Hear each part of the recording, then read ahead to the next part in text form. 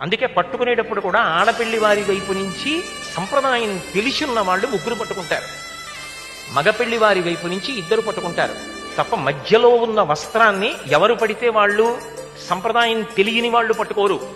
ఆ మర్యాద తెలిసిన వాళ్ళు పట్టుకుంటారు. దాని మీద పిచ్చి పిచ్చి మాట అన్ని రాయరు. తొంగి తొంగి చూడమాకు తందమామ ఇలాంటివన్నీ రాయరు. స్వస్తిక్ మార్కు వేస్తారు. ఎందుకు వేస్తారు అంటే పాణీ పద్మదళాకారౌ పాదౌతే స్వస్తికాయుతౌ అని భవిష్యత్తర పురాణం.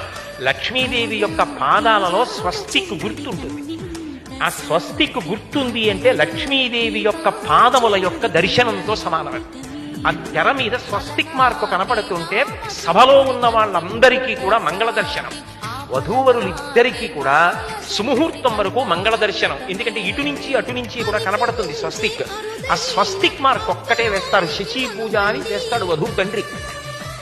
తెర పట్టి సుముహూర్తానికి తెర తీసేస్తారు.